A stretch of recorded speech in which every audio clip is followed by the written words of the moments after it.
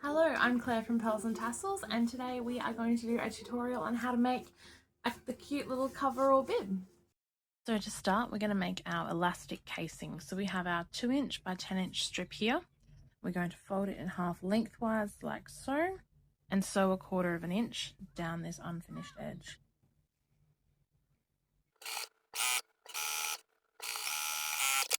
Now to turn this out the right way, you can use one of these fancy schmancy turning tool things, but honestly, my preference is a good old safety pin. So let's turn it through.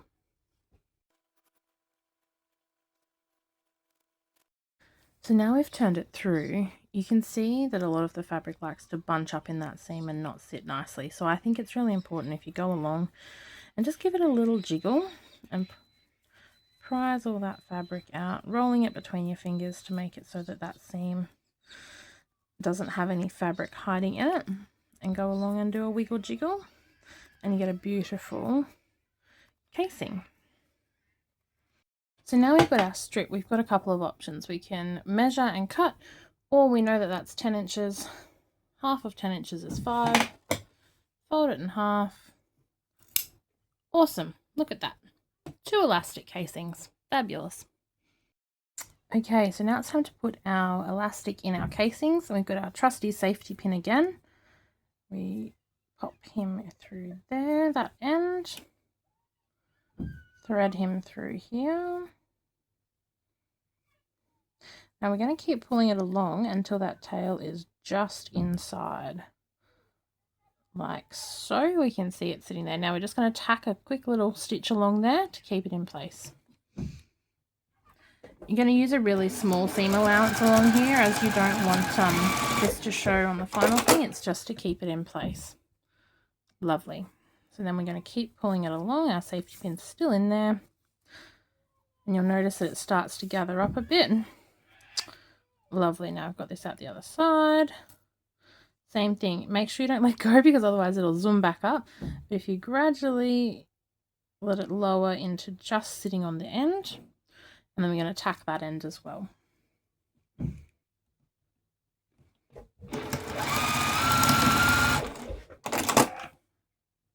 There you have it.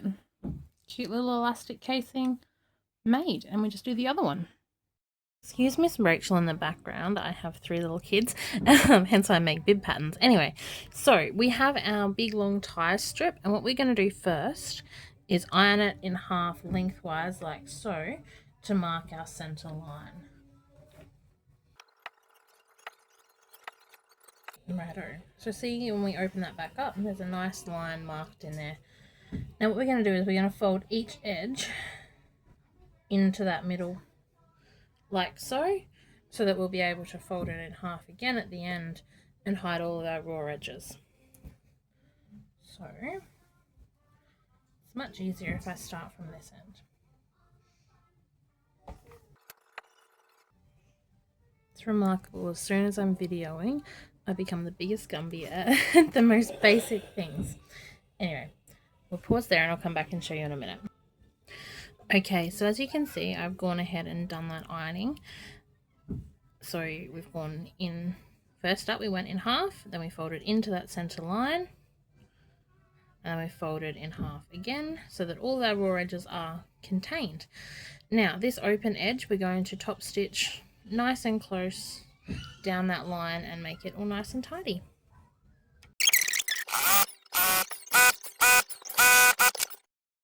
Okay, so now on each end we're going to tie a little knot like so. Get it nice and tight, and that's going to stop it fraying as close to the end as you can. You're going to do that on either end.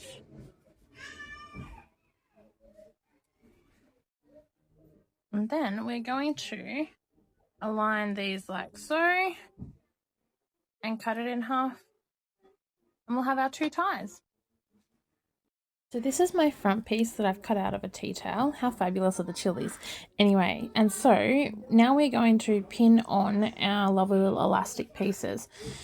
Now there are lots of ways you could do this. You could try and pin it at both. This is how I find it works easiest, but fill your boots and do whatever you want. So it needs to go here along this armpit seam, but But we're going to leave it a 1/4 inch, and I go a generous 1/4 inch so I don't make any whoopsies, in from that edge, so that when we do this seam we don't catch any of that. So then we're going to tack both of them just along that sort of 1/8 of an inch line that we did before. We're going to tack that along there to keep it in place, so it's one less pin to stab us while we sew.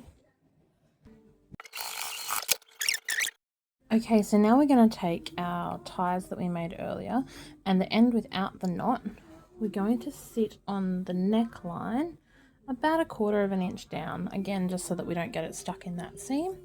And we're going to do a nice little 1/8 of an inch tacking stitch to hold them in place. What we're going to do now is we're going to take our backing piece. So I'm using PUL. The non-shiny side, or the matte side, is going to be your right side, so that the shiny side is all encased. So shiny side up, I'm going to align my shoulder seam like this, and I'm going to sew starting this end around and up, and then we're going to stop about an inch back from here. The point of that is that our nice little stretchy bit in here, once we've got all this part nice and tidy, we're going to sew it around up in there and finish off that inch without it mucking up and bunching all of the rest of that. So let's do that.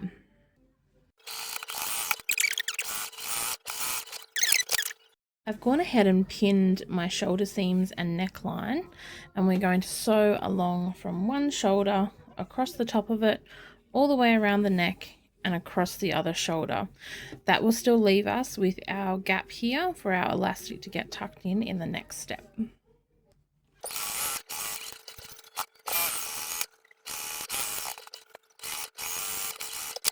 So now we have our armpit seams, our shoulders and necklines finished with just our nice little gaps there. We're going to go along and we're going to clip our corners so that they will sit a bit squarer and nicer when we turn it through. Depending on what fabric you're using, this may not be as necessary. With the PUL and the looser weaves tea towels that I use, oftentimes the clipping does make it a bit nicer, but it sits quite well and stretches itself out quite nicely anyway. So I'll go ahead and do this, and I'll catch you back when we're doing elastic. It's elastic time, so we're going to go fishing in here and find our end of our elastic. Now, being careful not to twist it at all, we're going to pass it up through here. It's a little bit fiddly, but trust me, it's easier doing it this way than mucking around with the ruffly bits how I did it yesterday. And always, as soon as I turn the camera on, things that should become easy, I lose all dexterity and look like a noodle.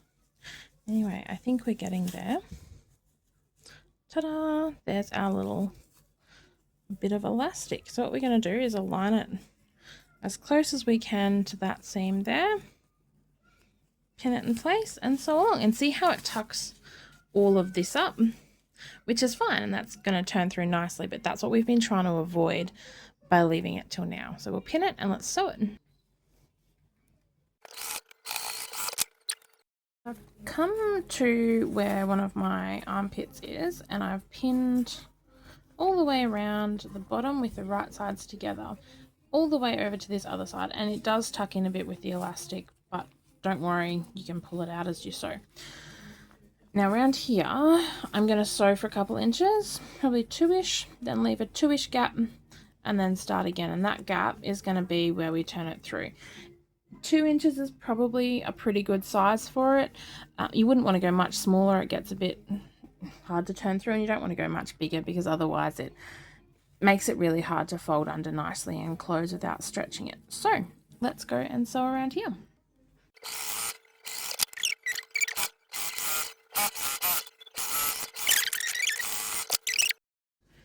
Here's our hole, and we're going to have our midwife moment, and we're going to turn it through.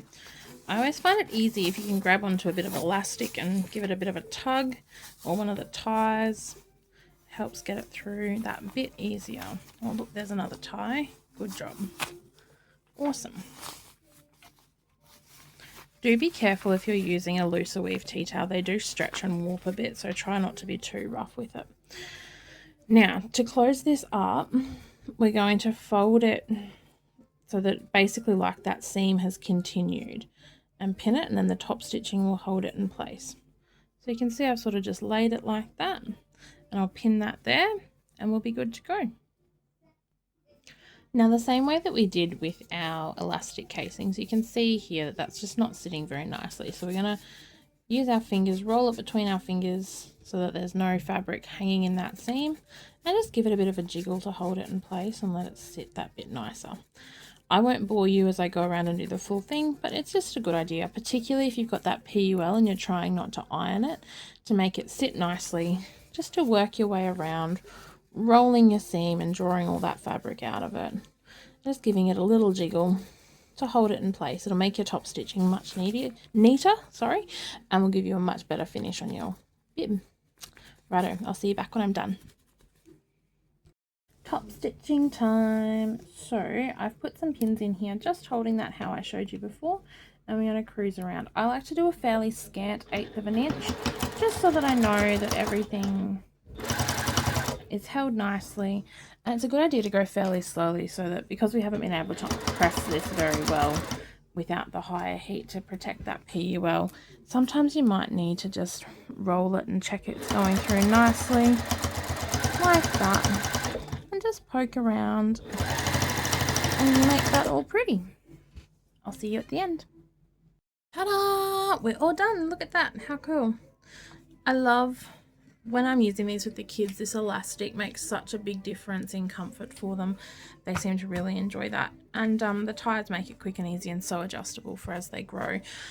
I say that it goes from 6 to 18 months. Honestly, I think it would probably stretch a fair bit bigger. My nearly 3-year-old can wear it, but she is on the smaller side. So I think, yeah, 6 to 18 is a fairly broad size range. That is enough, but I think it would actually do a lot more. So anyway, happy sewing, enjoy, and yeah, please feel free to share your makes. I would love to see what you make with them. Tag me on TikTok with Mrs. Duffy Makes, or Instagram, same thing. And yeah, I would love to see bibs on, yeah, how they work for your house. Thank you, bye.